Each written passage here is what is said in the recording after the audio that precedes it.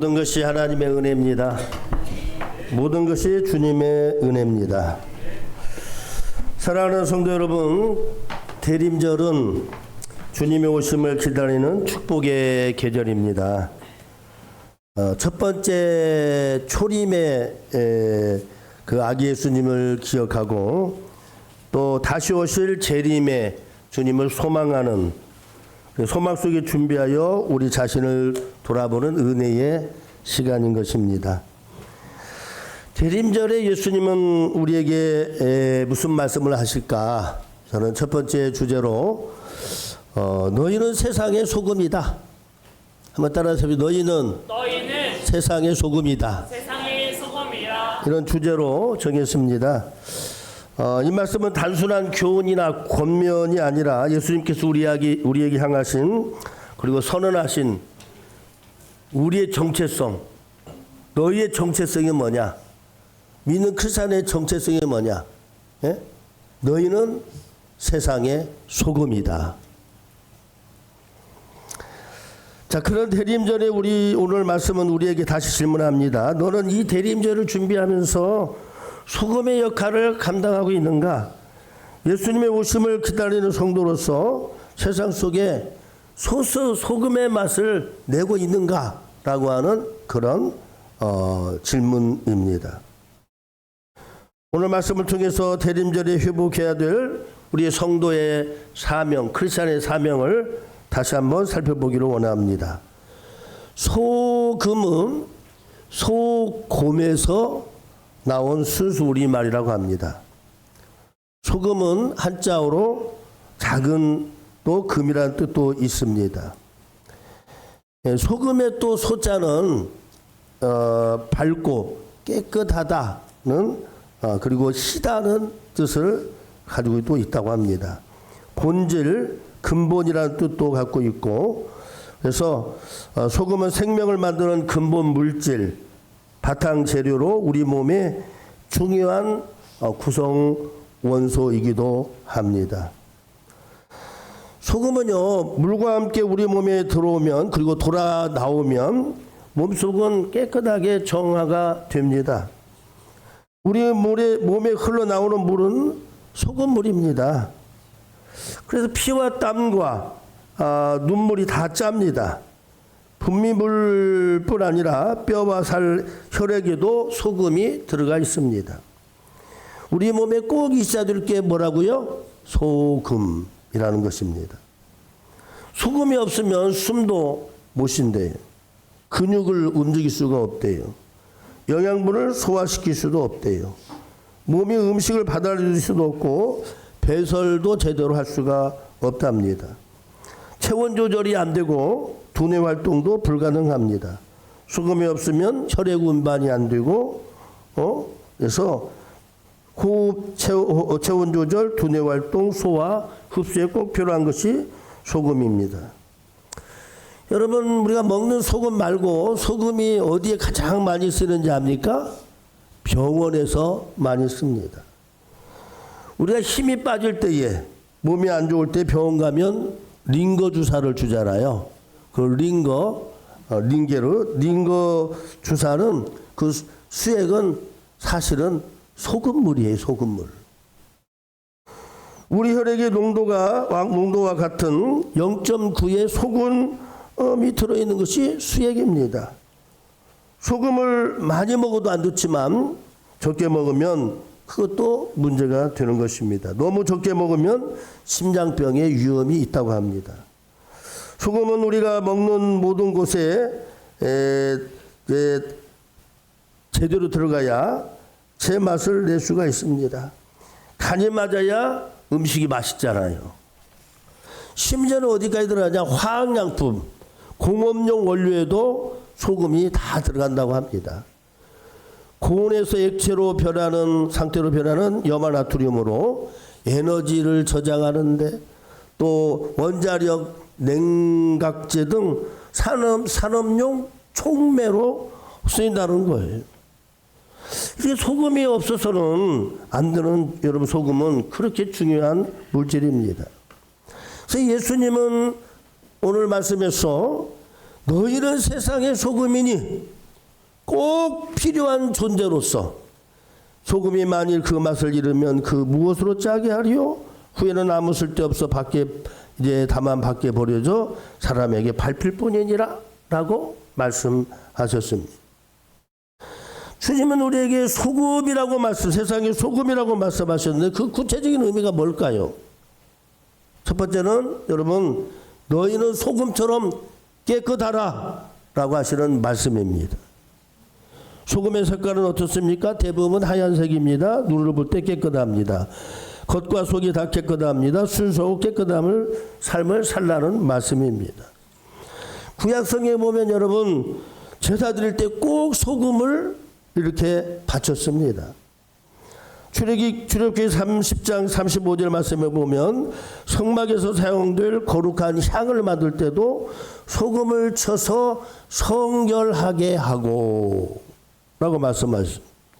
레위기 2장 13절에 하나님과 이스라엘 사이의 언약을 소금 언약이다 그랬어요. 한번 따라하세요. 소금 언약. 소금 언약으로 비유했어요. 이는 변하지 않는 신실한 영원한 순결함, 깨끗함을 상징한다는 거예요. 한 크리스찬이 시계방을 운영을 했습니다. 뭘 운영했다고요? 시계방을 운영을 했어요. 한 손님이 시계를 사러 시계방에 왔습니다. 며칠 동안 시계를 못 팔았어요. 그러니까 너무 반가웠습니다. 오랜만에 찾아온 손님에게 조금 비싼 시계를 팔았습니다. 그런데 여러분 손님과 대화하는 가운데에 손님이 왜 이렇게 비싼 시계를 사게 되는지를 이 얘기를 했습니다. 이전에 쓰던 좋은 시계가 있는데 고장이 났다는 거예요. 고장이 났는데 어디를 가도 자기 시계를 고쳐줄 데가 없다는 거예요. 그러니까 시계방 주인은 고장난 시계를 한번 보여줄 수 있겠냐고 물어봤습니다. 그 다음날 이 손님은 고장난 시계를 가져왔습니다. 가만히 보니까 시계방 주인이 고장난 시계를 고칠 수 있겠다고 하고 이렇게 몇십 분 지나니까 그 시계를 고친 거예요. 그리고 여러분 이 시계를 고쳐주고 지난번에 팔았던 그 고급 시계를 돌려받고 환불해 줬어요. 이 모습을 지켜보던 어린 딸이 이게 못마땅한 거죠. 아버지, 그냥 팔면 되지. 왜 고장난 시계를 고쳐주고 오랜만에 팔게 된 이 비싼 시계 값을 왜 시계를 돌려줬냐고 얘기를 했습니다. 그러자 아버지는 이렇게 말을 했습니다. 사랑하는 딸아, 세상의 모든 것은 다 하나님의 것이란다. 부당한 이익이라고 생각될 때는 과감하게 포기할 줄 알아야 된다. 그래야 하나님이 더 큰 것으로 주신단다. 영국 속담에 하루를 행복하게 살려면 이발을 하라. 속담 얘기예요. 꼭 그렇게 하라는 얘기는 아니에요. 이제 좀 황당한데 일주일을 행복하게 살려면 결혼을 하라. 좀 이건 좀 이해가 좀 안 돼. 그래도 몇 년은 또 얘기해야지. 한 달을 행복하려면 말을 타라. 이제 영국식 속담이에요. 승마를 하라. 이제 그 말 같아요. 그게 재밌나? 한 해를 행복하려면 새 집을 지어라. 그러나 평생을 행복하려면 정직하게 살라. 평생을 행복하려면 정직하게 살라는 거예요. 여러분 다니엘의 영성 중에 하나가 뭡니까? 깨끗함이, 정직함이. 다니엘은 원래 바벨론 제국에 여러분 그 바벨론 느부갓네살 왕 때도 총리였습니다. 바벨론 제국이 망했어요. 메데파사 페르시아 왕 다리오 왕 때도 총리가 됐어요. 총리가 돼요. 전국을 다스리게 했습니다. 그러나 이를 시기 질투한 페르시아의 공직자들이 고위공직자들이 다니엘을 제거하기 위해서 고발할 근거를 찾고자 했습니다. 아무리 고발할 근거를 찾기 위해서 뒤졌는데 허물이 나오는 게 없어요. 이는 그가 충성되이 아무 그릇됨도 없고 아무 허물도 없었다는 것입니다. 그래서 다니엘은 오랫동안 계속 승승장구한 이 사람이 되었어요. 무엇 때문에? 다니엘이 깨끗했기 때문입니다. 성도 여러분, 깨끗해야 합니다. 마음도 깨끗해야 되고 말도 깨끗해야 되고 바른 말을 쓰시기를 바랍니다. 아멘. 예수님을 사랑하시고 아멘. 주님과 가까이 할 때에 깨끗한 삶을 살 수가 있습니다. 두 번째는 여러분, 소금이 맛을 내려면 녹아져야 됩니다. 녹아져야 돼요. 녹으려면 소금의 모양이 완전히 없어져야 됩니다. 원래 소금의 모양은 어떤 모습일까요? 작고 투명한 정육 면체라고 합니다. 결정이라고 합니다. 네모진 부분에 여러분 뾰족한 부분 때문에 여러분 울퉁불퉁한 것입니다. 소금이 녹지 않으면 네모지고 뾰족하고 날카로운 부분에서 남은 물론 자신도 상처를 줍니다. 그러나 소금은 녹을 때에 맛을 내는 것입니다. 여러분, 지난 주일에 중직자 선거를 했습니다. 그래서 많은 귀한 분들이 선출이 되었습니다. 그런데 또 한쪽에서는 인간 냄새나는 그런 말들이 또 많이 있더라고요. 사람들은 이 말들 때문에 상처를 받습니다. 하지 말아야 할 말을 여러분 하지는 않았습니까? 마음에 상처를 줄 말을 여러분 남겨주지 않았냐 말이에요. 여러분 듣는 사람은 그냥 들어도 됩니까? 우리 교회가 상처를 입으면 우리 지체이기 때문에 그 사람뿐만 아니라 모두가 상처를 입는 거예요.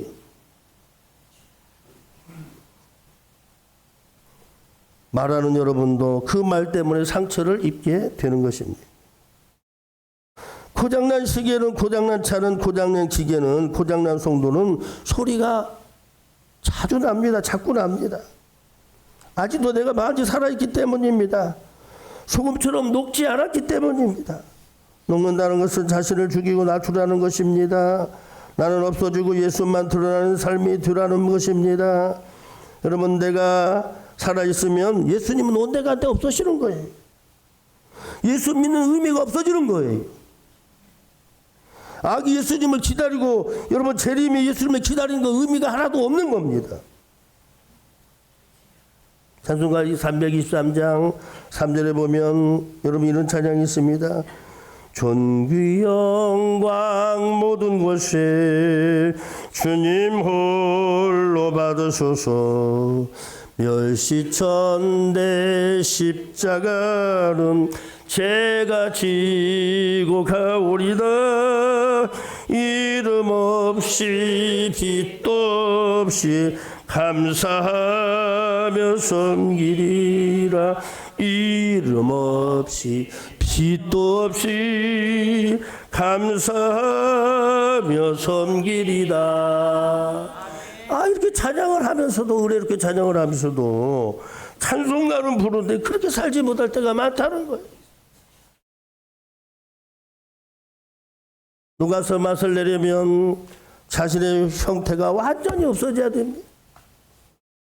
원래 모습이 없어져야 피로 소금은 재구시를 한다는 거예요. 녹는다는 말은 자기 존재의 모양 자체가 없어지는 것, 희생을 의미합니다. 희생해야 맛이 나는 것입니다. 교회 직분자 여러분, 봉사자는 소금처럼 자기의 자아와 쓸데없는 자존심을 이렇게 내려놓을 때에 비로소 예수님이 나타나고 예수님이 드러나고 예수님의 모습이 보이고 세상에 맛을 내는 존재들이 되는 줄로 믿습니다. 예수님은요, 여러분 마태복음 12장 15절 말씀에 16절 말씀에서 수많은 병자들을 고치고도 자기를 나타내지 말라고 당부하셨어요. 이사야 선지자는 이렇게 말합니다. 마태복음 12장 9절 말씀은 구약을 인용한 말씀인데요. 그는 다투지도 아니하며, 예수님에 대해서 말씀합니다. 예수님은 다투지도 아니하며 들레지도 아니하리니 아무도 들에서 그 소리를 듣지 못하리라. 들레지도라는 말이 무엇이냐면은 소리 내지도, 외치지도, 떠들지도 아니하리니. 예수님은 십자가를 앞두고도 다투지 아니했다는 거예요. 들레지도 아니했다는 거예요. 양처럼 그저 그냥 끌려갔어요. 조용했어요. 우리가 구제 봉사도 여러분 조용하게 소리 나지 않게 여러분 주의를 감당하기를 원합니다. 주님은 구제할 때 오른손이 하는 것을 모르게 왼손이 하라고 여러분 왼손도 모르게 하라고 했습니다. 소금처럼 희생할 때 예수님의 맛이 나고 예수님의 모습이 드러나게 된다는 거예요. 지금은 서울에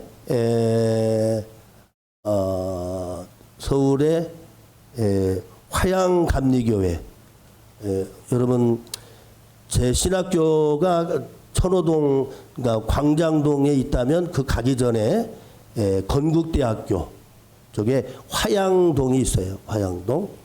자양동, 화양동 뭐 이런 식으로 있는데 거기에 화양감리교회 담임 목사이신 최상훈 목사님이 미국에 선교사로도 오래 있었고 미국에서도 사역을 많이 했는데 미국에서 잠시 목회할 때 있었던 일을 그의 목사님의 책 기도는 사라지지 않는다.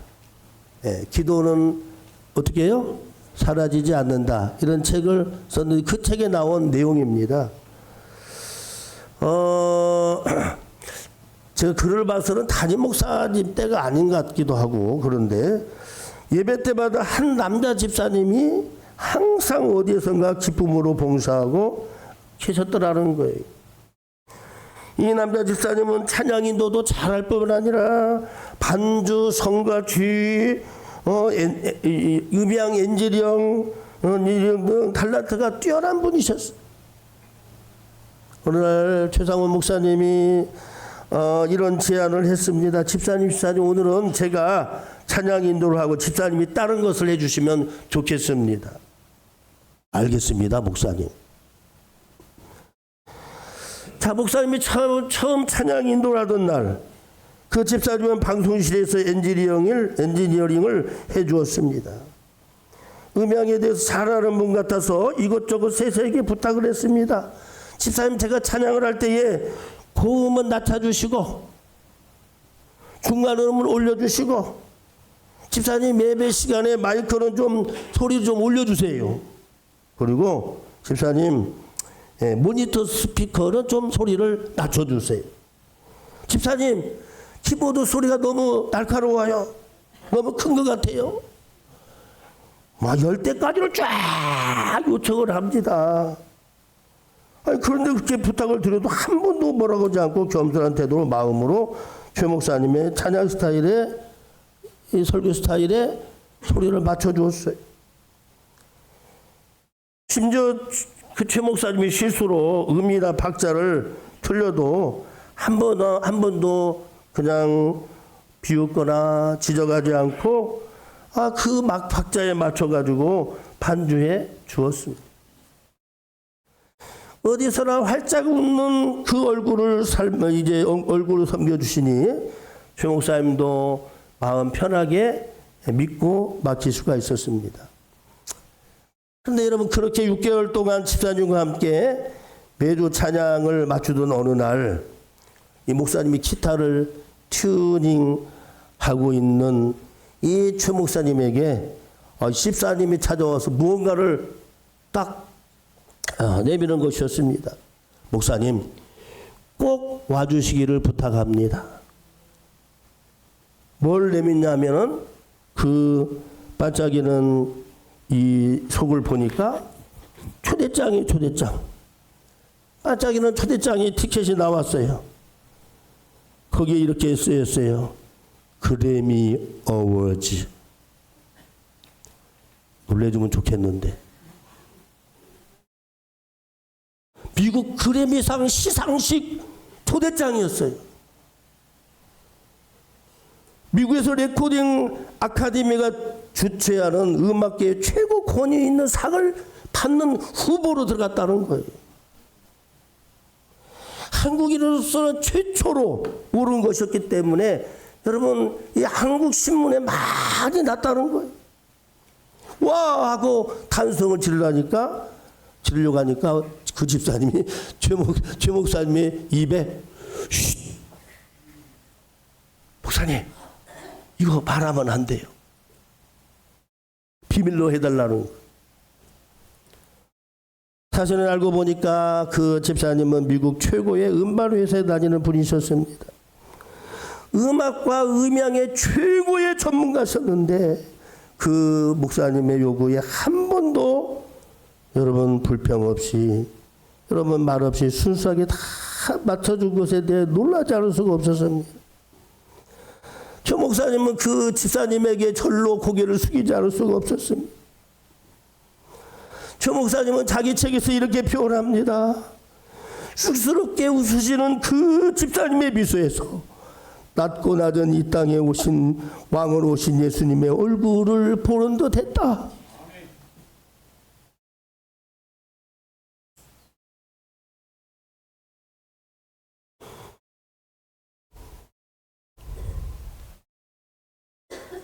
마지막으로 여러분, 소금은 변하지 않습니다. 소금은 오래 둘수록 맛이 좋습니다. 오래 두면 간수가 빠져서 더 맛이 나아집니다. 오래된 종갓집에는 오래된 간장이 있습니다. 큰 항아리에 담겨져 있는 것입니다. 대대로 내려오는 유산입니다. 오래될수록 맛이 있습니다. 소금이 들어가서 그런 역할을 하는 것입니다. 구약 성경의 다니엘과 세 친구는 어떤 환경에도 변하지 않았어요. 영향받지 않았어요. 소금같이 변치 않는 사람이었습니다. 다니엘과 여러분 요나단도 마찬가지잖아요. 어떤 죽음의 상황에도 서로 마음을 나눴습니다. 우정을 지켰습니다. 여러분 이 이야기 한번 하고 이제 마치기로 원합니다. 1895년 10월 8일 이제 명성황후를 암살하는 여러분 끔찍한 일이 1895년도에 있었습니다. 궁궐에 난입한 일본의 암살 단원들은 명성황후를 처참하게 죽여서 황후를 이불에 돌돌 말아가지고 석유를 붓고 불태우기까지 했습니다. 한나라의 국모를 이렇게 여러분 죽여서 비참한 최후를 맞게 했습니다. 명성황후가 죽던 날, 그날 밤 여러분 두려움과 공포에 휩싸인 고종 황제가 침전 밖을 향해서 외친 말이 있다고 합니다. 무슨 말을 외쳤을까요? 나 살려달라고 외쳤을까요? 뭐라고 외쳤을까요? 밖에 기독교인 없느냐? 밖에 기독교인 없느냐? 이렇게 요청을 했다는 거예요. 이 소식을 들은 여러분 선교사 언더우드가 급히 궁궐로 달려들었습니다. 곧이어 여러분 선교사여 교육가여 끝까지 독립운동가였던 헐버트가 뒤따라가서 그날 밤에 고종 황제와 지냈습니다. 캐나다 의사 여러분 선교사였던 에비스는 고종의 요청에 의해서 황제의 신변을 지키고 먹는 음식마다 독이 들어있는지를 다 검사해 주었습니다. 언더우드의 부인 릴리어스 호터는 고종 황제에게 직접 음식을 만들어 제공했습니다. 당시 고종의 안위를 지켰던 사람들은 다름 아닌 선교사들이었어요. 기독교인들이었어요. 그분들이 순번을 지키고 불침번을 서고 고종을 지켰습니다. 그건 당시 이 대한제국의 불행한 황제가 가졌던 유일한 방패였습니다. 기독교인 숫자가 여러분 1%도 안 될 때 아니 0.1%였을 때의 모습이었어요. 당시 기독교회는 누구도 대체할 수 없는, 바꿀 수 없는, 변함없는 소금이었어요. 여러분의 사역은 어떤 사역이든 간에, 크든 작든 간에 여러분 대체할 수 없는, 바꿀 수 없는, 변함없는 소금의 역할입니다. 성도 여러분, 대림절은 성육신의 계절입니다. 예수님은 하나님의 아드님이셨지만 하늘 보좌를 버리고 이 땅에 들어오셨습니다. 예수님은 세상 안으로 들어오심으로 여러분 나 같은 죄인도 너무너무 더럽고 너무너무 악한 고집불통인 나까지도, 우리까지도 구원해 주셨습니다. 대림절에 주님은 우리에게 묻고 계십니다. 너는 지금 세상 속에 들어가서 소금으로 살고 있느냐? 소금의 사명을 회복할 수 있기를, 그래서 대체 불가능한 이 소금의 역할을 여러분이 감당할 수 있기를 주의 이름으로 축원합니다. 아멘. 사랑과 은혜가 풍성하신 하나님,